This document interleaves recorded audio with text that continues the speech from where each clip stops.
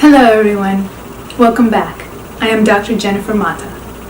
Today I'm going to share with you a presentation entitled Honoring the Whole Child, Nurturing Spirituality. It is a presentation based on a research study that I have been working on with two colleagues of mine, Dr. Deborah Shine and Dr. Michael Haslip. This presentation is to be featured in the 2018 NAEYC conference and expo that's happening in Washington, D.C. next week. Our presentation is the featured seminar for the Young Children's Spirituality Interest Forum, and we are going to be presenting at NAEYC next Thursday at 1 p.m. at the Washington Convention Center in room 143C. I thought I would record this because not everybody's going to be able to make it or to be there, and I thought that you might not want to miss it. So I hope you like it. Okay, so as I had mentioned before, the title of this presentation is Honoring the Whole Child, Nurturing Spirituality, and it's based on a research study that I conducted with my colleagues Michael Haslip and Deborah Shine.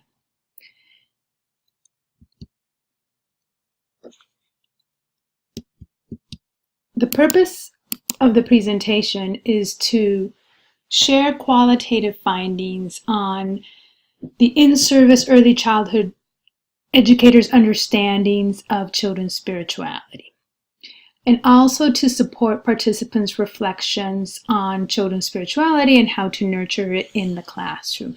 Because this presentation is to be completed with an audience, with participants, that is part of our purpose. But also, it can still be the purpose of those of you watching it online through the video, just to reflect on how you nurture spirituality, children's spirituality in the classroom, if you are a practicing early childhood educator. So the agenda was, one, to share the purpose, which we already did. Two, to summarize the project, the research project that this presentation is stemming from, and to explain what the research objectives were and what the survey looks like. It's a survey-based research project. And then there's an activity that we're going to skip over because this is for the live presentation. And then explanation of our respondents' demographic information, the findings that we obtained, the findings continuum that we created, and I'll explain what that means, and then the constructed definition of children's spirituality that we were able to determine based on the respondents' responses of how they define children's spirituality.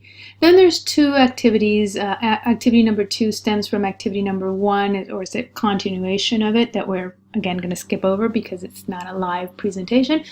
But I will point you to it and see if you can reflect as you watch this video on children's spirituality, and then on the practice that you carry out in your classrooms.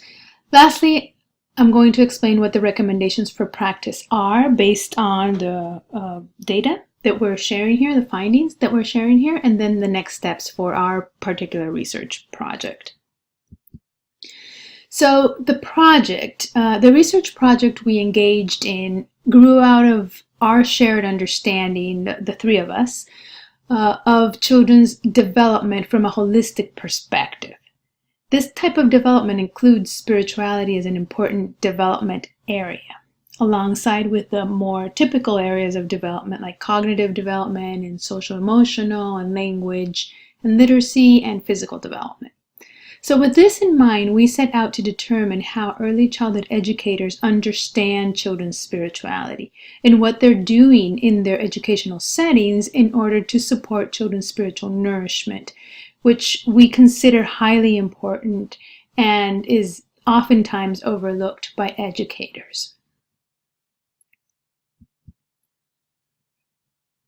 So the research objectives were 3. To determine strategies, activities, or techniques being used by in-service early childhood educators which are thought to align with nurturing children's spirituality. We did this based on the literature and how they nurture them in their early childhood classrooms.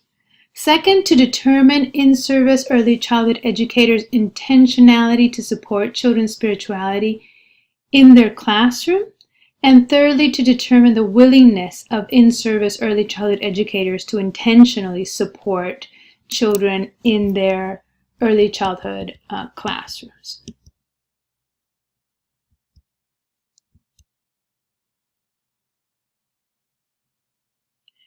So before we get into these objectives that are the objectives of the main study that we carried out, we thought that we needed to explore educators' perspectives and understandings of children's spirituality. Thus, the survey that we used to collect the data for this research project begins with an open-ended question regarding how practitioners define children's spirituality. The survey has 5 sections, and they're identified as follows. Section 1 asks questions regarding spiritual views and practices. This is where the question that we're presenting here today is located in the survey. Section 2 has activities and questions about activities and curriculum, teaching strategies and techniques. Section 3 has questions about classroom environment and classroom schedule. Section 4 has questions regarding interaction and experiences in school and around the community. And Section 5 asks for demographic information from those who respond to the survey. So in order to achieve the research questions or the research objectives that I spoke of before, we reviewed the literature and we designed this survey with the hopes that in-service practicing early childhood educators would complete it, and which is why we included all these 5 sections with questions, both open-ended questions and Likert scale questions. So this is what the survey looks like currently. This is the first view where you have the introduction to our study and who is to be completing it, and then the instructions for completion, and then section 1 that begins with this question on a Likert scale with 5 scale items.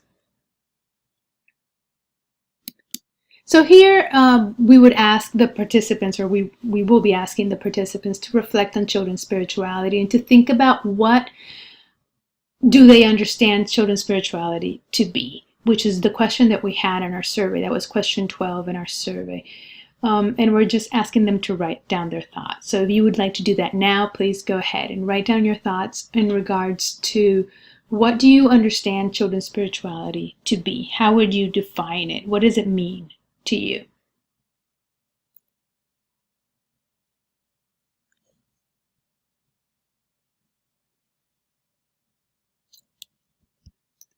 Okay, so the respondents of our study were 33 in total.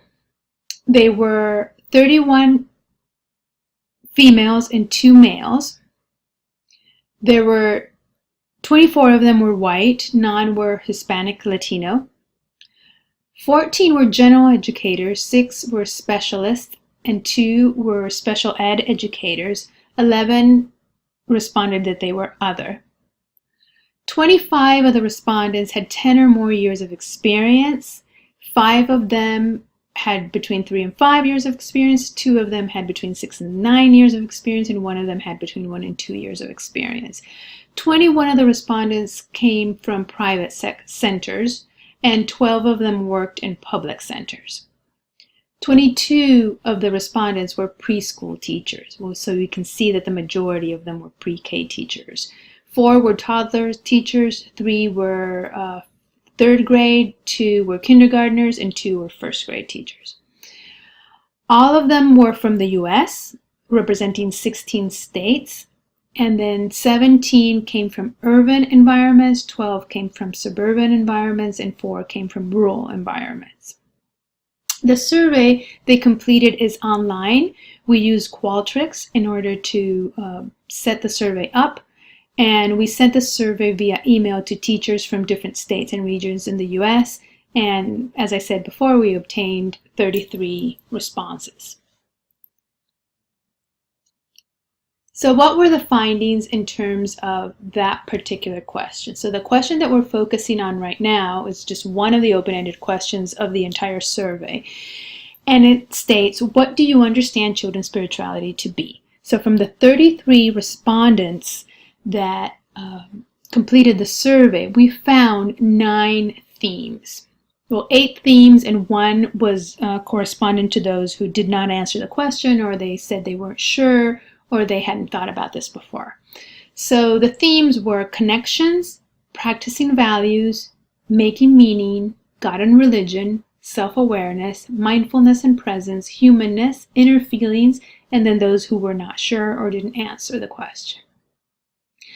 On the right side of this table, the second column, you'll see codes and concepts. So within each of those themes, the majority of them have some codes that we found that then reflect concepts within the definitions of the respondents, or the responses that the respondents shared with us were definitions of how they understood spirituality to be. So those concepts, the codes reflect the concepts that were in those responses or those definitions. And these are some examples of them. But we're going to go through each one of these themes and share with you examples of quotes or responses from those who responded to our survey. So for the theme connections, for the question, what do you understand children's spirituality to be, there were responses that had to do with connections. So 21 is the frequency. So this was the theme that had the most or the highest frequency of response.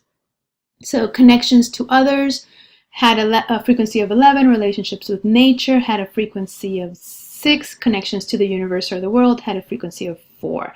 And this is an example of a response. For the young children I work with, I believe children need to understand community as it relates to their experiences, family, school, and friends.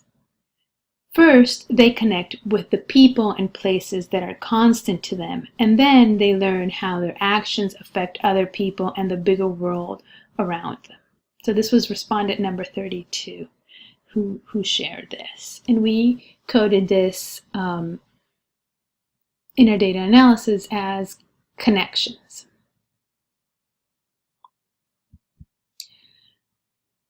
The next theme that had the second highest frequency rating was practicing virtues. Practicing virtues had 19 responses that could be categorized or coded under this theme, and the codes within this theme were love, forgiveness, compassion, non-judgmental, respect, care, kindness, empathy, acceptance, and honesty. So these were all virtues that were mentioned in the responses of our respondents. One example of a quote or a response falling under practicing virtues is a child's understanding of why things happen and how they can lead a life of kindness, forgiveness, and respect, and value higher power. And this was respondent number 24. For meaning making was the third theme in terms of frequency, with a frequency of 15.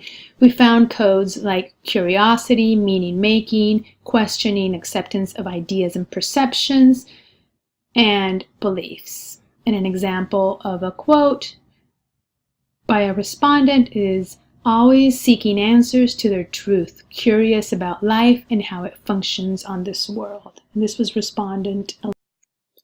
God and religion was the fourth theme in terms of frequency, with a frequency of 11, and the codes there were God, Bible, angels, soul, spirit world, Jesus, and religious views. An example by respondent number 2 was they have their own spirituality with nature, their families. At times, they tell me about angels and God. Some tell me about where they think God lives. The fifth theme was self-awareness with a frequency of 6. Respondents defined children's spirituality as their inner self, and as a part of them they needed to discover for themselves. So a sample from a respondent number 12 is, I see it as a child's way to understand themselves. The 6th theme was mindfulness and presence with a frequency of 5. Some respondents referred to mindfulness and presence without elaboration, while others referred to slowing down and breathing when children were overstimulated, and one participant mentioned the word quiet. An example from respondent 2 is, children are so in the present. These were the type of responses that we coded under this particular theme. Regarding humanness, which is the 7th theme we found that other respondents shared humanity, whole self, and the free, carefree, innocent spirit of the child as their response to how they understood or what did they understand children's spirituality to be.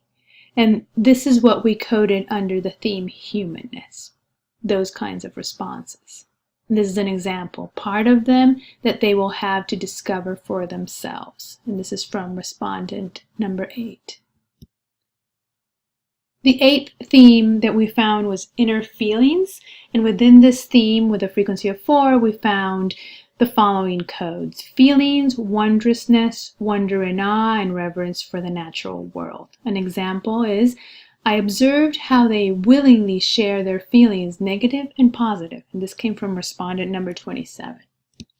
The last theme was those who were unsure or didn't offer an answer. This particular respondent, number 22, said, this isn't an area I have explored, and just left it at that. So we noticed that some respondents had rich and nuanced definitions of spirituality, reflected in the number of theme or concepts they included in their response. Thus, we created a continuum categorizing responses according to the number of concepts included in each response, and found that most responses, almost 64% of them, addressed 2 or more themes, codes, or concepts regarding the definition of spirituality they shared. So in looking at the number of concepts within each response, we developed a continuum that went from 0 concepts present in the response to 6 concepts present in the response. So you can see in the first column of this table, those were the numbers of concepts we found within the response. The second column is the number of responses that we found that had those particular numbers of concepts. So we have 4 responses that had 0 concepts, we had 8 responses that had 1 concept, and then we had almost 64% of the responses all were between 2 concepts and 6 concepts, because in the third column you can see the percentages of responses.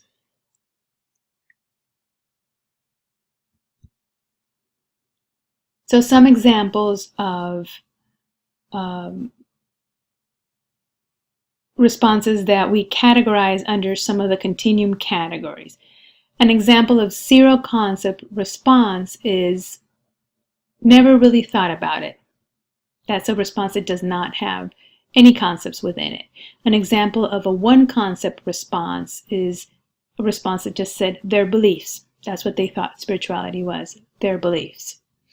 And then an example of a 3 concept response would be this one that clearly enumerates 1, love and compassion, 2, mindfulness, 3, learning about how they belong to an interconnected world. And then lastly, a response that exemplifies a 6 concept response is this one. This respondent said, openness to experience and connection to others, ability to move within themselves and outward to reach others, pleasure in the world around, nature, loving connections, physical activities, quiet.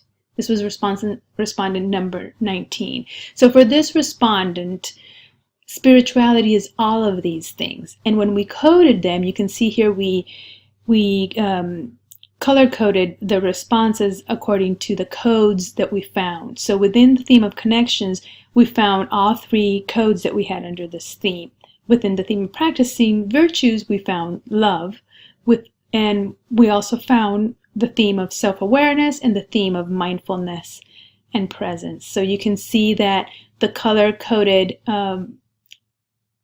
text corresponds to the codes or concepts that were included in this particular respondent's understanding of children's spirituality. So we were able to construct a definition of children's spirituality from the respondent's perspective. So we had that question: what do you understand children's spirituality to be? So from the respondents that we obtained, children's spirituality is connection to others, nature and the universe, being virtuous by practicing love, forgiveness, and compassion, meaning-making through curiosity and questioning, valuing God and religion, becoming self-aware, mindful and present, expressing inner humanness, and experiencing inner feelings such as wonder and awe. So this is, if we look at all of the responses and the way that we analyze the data and coded it, with all the themes and the codes that we found and the concepts within those themes and codes, this is the definition that we would say our 33 respondents coming together have constructed, or we have constructed this definition based on the responses that all of them together had.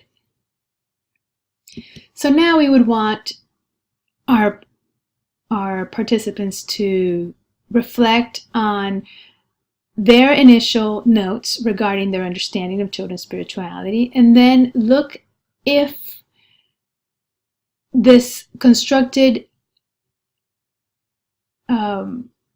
definition or any of the findings that we shared have changed or reinformed their definition of spirituality. Has it changed? Has the definition that you initially thought about how you understood spirituality, children's spirituality to be, has it changed or not in light of the findings that we just shared? So the constructed definition of children's spirituality, again, to have it in the forefront, is that children's spirituality is connection to others, nature, and the universe, being virtuous by practicing love, forgiveness, and compassion, meaning-making through curiosity and questioning, valuing God and religion, becoming self-aware, mindful and present, expressing inner humanness, and experiencing inner feelings such as wonder and awe. So, given the definition, and this is the third and last activity that we would ask the participants to do, and if you're watching this video from home or from your office and you want to think about this, so given the definition of children's spirituality, how could you nurture spirituality in your early childhood setting? So think about this. Given this definition, what are the things that you could do to nurture and support children's spirituality in your classroom or in your educational setting?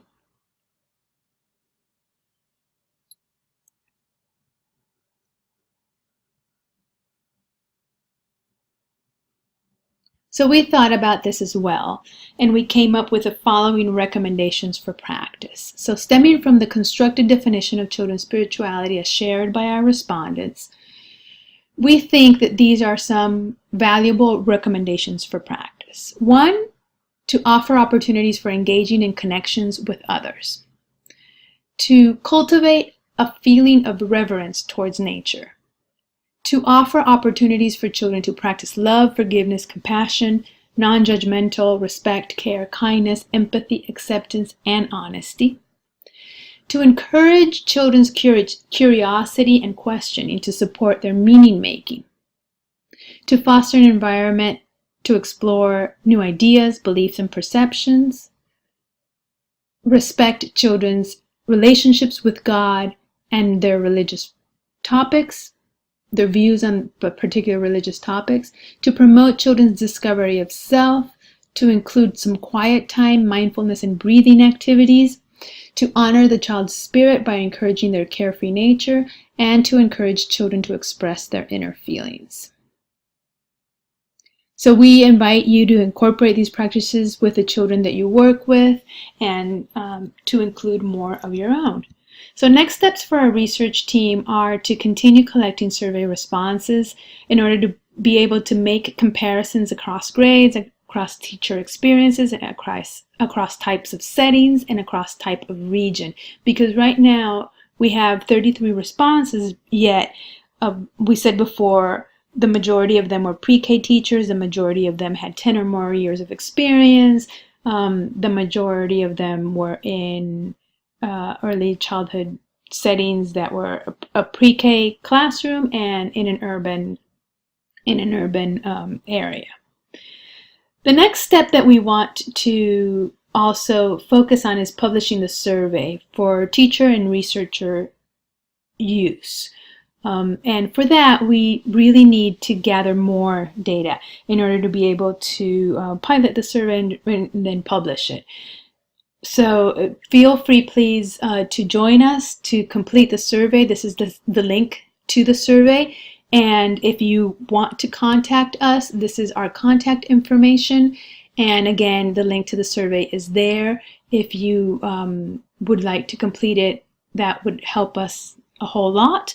Also, if you have colleagues or friends that are in service practicing early childhood educators that would like to complete the survey, we would really appreciate that too.